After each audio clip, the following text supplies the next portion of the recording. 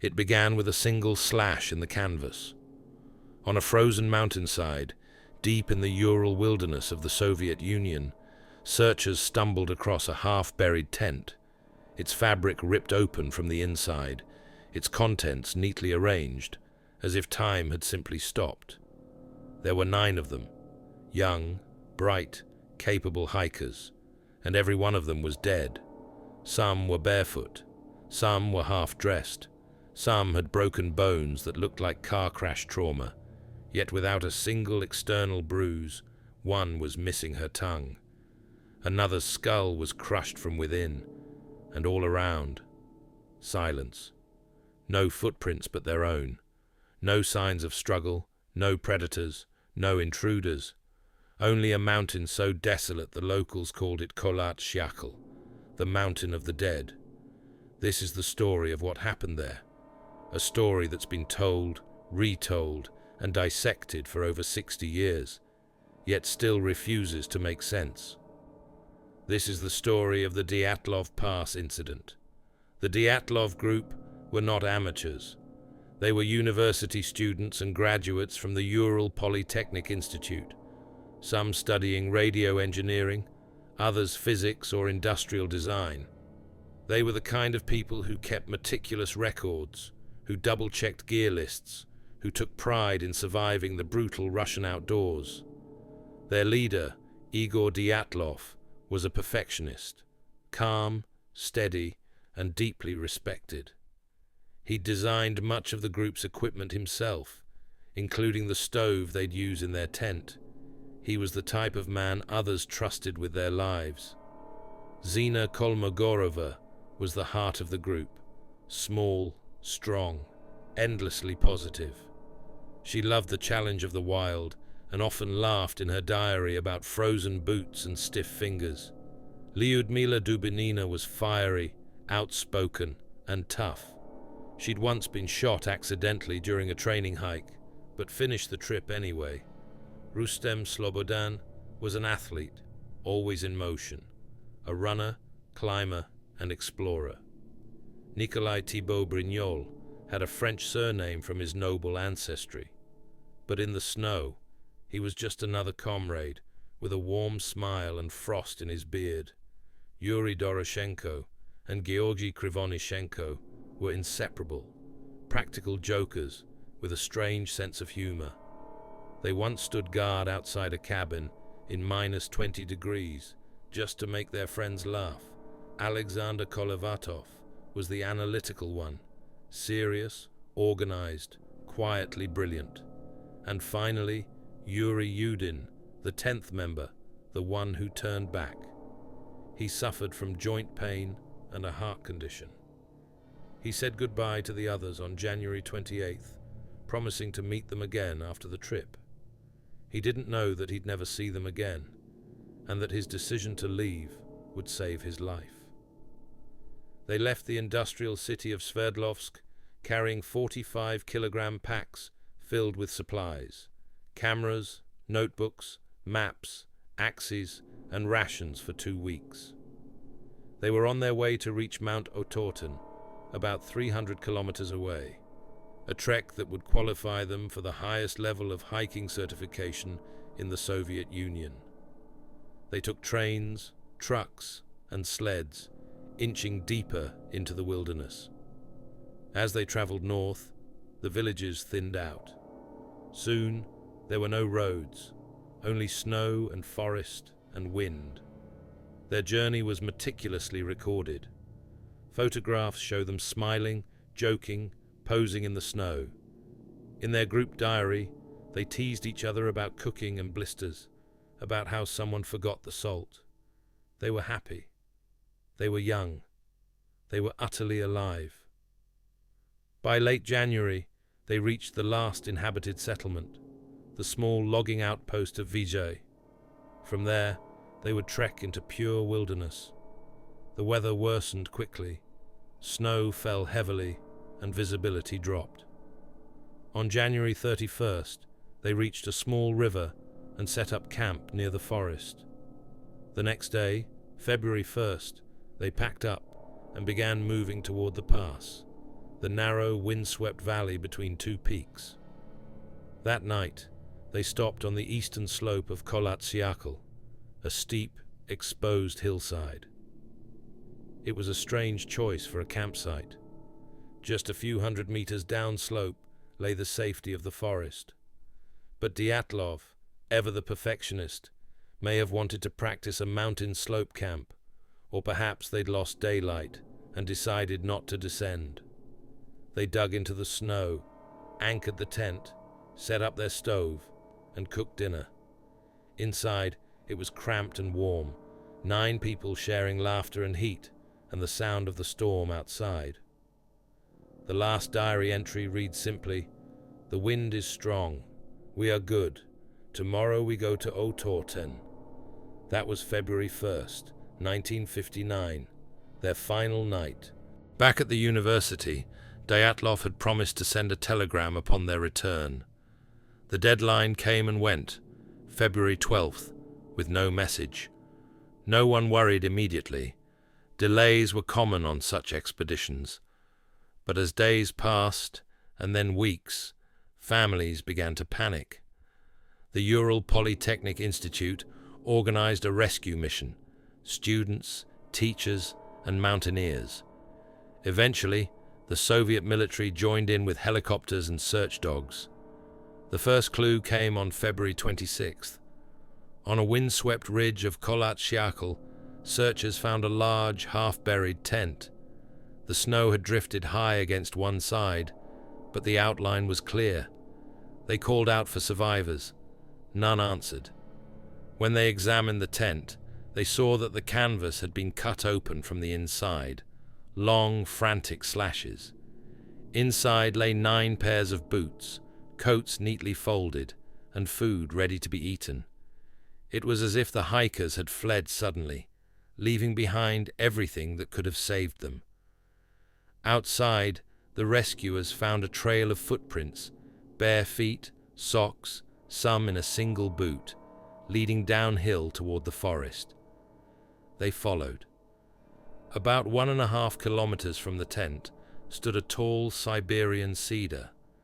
At its base was the remains of a small campfire, and 2 bodies, Yuri Doroshenko and Georgy Krivonishenko.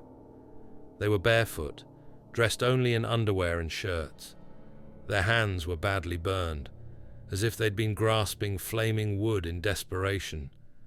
The tree above them had broken branches up to 5 meters high, as if someone had climbed it, maybe to look for the tent, maybe to escape something. Beneath the snow, they found scraps of torn clothing, bits of flesh, a few drops of blood. Whatever had happened, the first 2 had died trying to survive the night. Between the cedar and the tent, rescuers found 3 more bodies spaced apart in a line, as if crawling or stumbling uphill, trying to get back Dyatlov, Kolmogorova, and Slobodin. Dyatlov lay on his back, one arm shielding his head. Zina was found face down, frozen mid-stride, her fists clenched.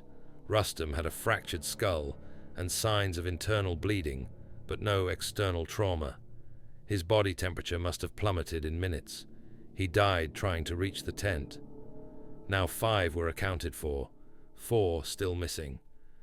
It took until early May, when the snow melted, to find the remaining 4. They were deep in the forest, lying in a small ravine about 75 meters from the cedar. They had built a makeshift den, a snow shelter lined with clothing. It suggested they'd survived the longest, but their injuries were horrific. Lyudmila Dubinina had her ribs crushed inward and her tongue missing. Nikolai Thibault Brignol's skull was shattered, as if struck by a powerful force. Semyon Zolotaryov's chest was broken, internal organs pulverized, yet there were no external marks. Kolovatov had neck trauma and frostbite. It was as if they had been hit by something invisible, a concussive blast or pressure wave. The ravine water had preserved them strangely. Some were dressed in scavenged clothing from the others, as though they'd taken garments from the dead in a desperate attempt to stay warm. and when the items were tested, traces of radiation were found on 2 of the pieces. No one could explain that. The official investigation opened in March 1959, led by prosecutor Lev Ivanov. What he saw disturbed him deeply. There were no signs of struggle, no animal tracks, no footprints other than the hikers. The snow around the tent was undisturbed. No avalanche debris, no slide marks. The slope angle was too shallow for a major snow movement. Autopsies revealed internal injuries similar to a car crash or an explosion, but again, no external wounds, and in the case of Dubinina, no eyes, no tongue, and missing parts of her lips. The conclusion, written in dry Soviet language, was baffling. The cause of death was an unknown compelling force. The case was closed in May 1959.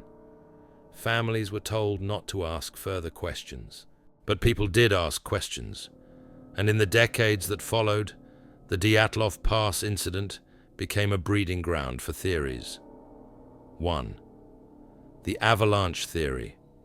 Some believe a small slab avalanche forced the hikers to flee in panic.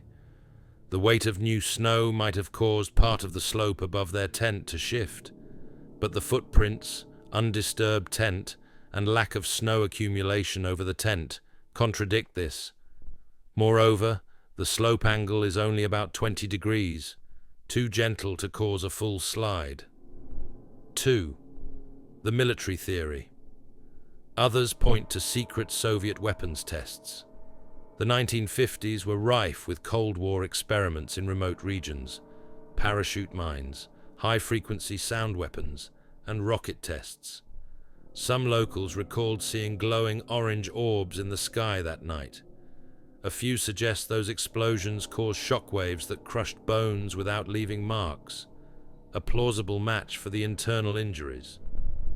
3. The infrasound theory. Proposed in recent years, this theory suggests that wind conditions on the mountain created a Kármán vortex street, a rare acoustic phenomenon that emits low-frequency sound waves. These can induce panic, nausea, and extreme fear. In that state, the hikers might have fled the tent in confusion, undressing due to paradoxical undressing, a symptom of hypothermia 4. The KGB or espionage theory. Some point to members of the group, particularly Zolotaryov and Kolevatov, who had backgrounds in military or secret research. Perhaps they were carrying sensitive material or witnessed something they shouldn't have. Perhaps someone silenced them. 5. The UFO theory. In the official files, Ivanov later admitted that witnesses had described strange lights in the sky. He even hinted, decades later, that he believed something not of this earth might have been involved. It sounds wild, but to this day, no one can explain the lights photographed on the group's final film roll. Bright orbs against the night sky.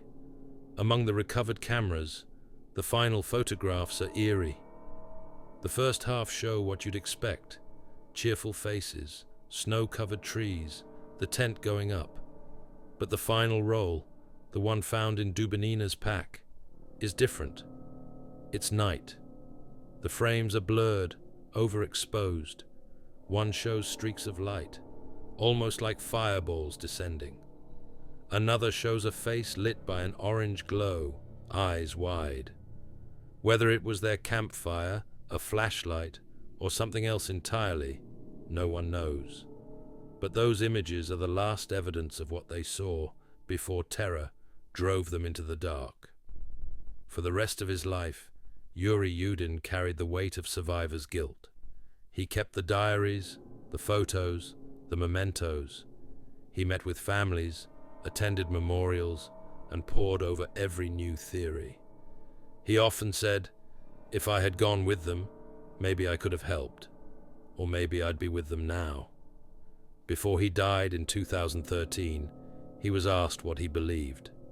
He said quietly, "Something that the world is not ready to know." In 2019, The Russian government reopened the case, citing public interest. After a year of testing and site visits, they announced their conclusion. It was an avalanche, nothing more. But avalanche experts disagreed. Satellite imaging, slope data, and forensic evidence all pointed to something more complex. A small snowslide might explain the panic, but not the injuries, nor the scattered bodies, nor the lack of avalanche signs. Even today, experts argue about the physics. The Dyatlov Pass has become not just a mystery, but a scientific riddle, where fear meets mathematics and nothing fits cleanly. The mountain is now marked by a memorial, a simple stone plaque engraved with 9 names. Visitors bring flowers, candles, sometimes old photographs. Every February, expeditions still trek there, retracing the path, standing in the wind where the tent once stood. Many say they feel a weight there, not fear exactly, but a heavy silence. Locals still call it the Mountain of the Dead.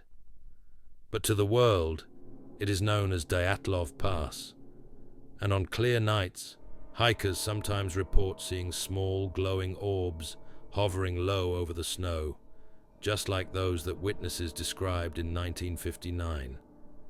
Maybe it's just the aurora, maybe it's imagination, or maybe, whatever happened there, never really left. What could drive 9 experienced hikers to flee barefoot into a Siberian blizzard? Why would they slice open their tent instead of using the zipper? Why such immense internal trauma without a trace of external violence? And what was the unknown compelling force that the Soviet investigators couldn't name?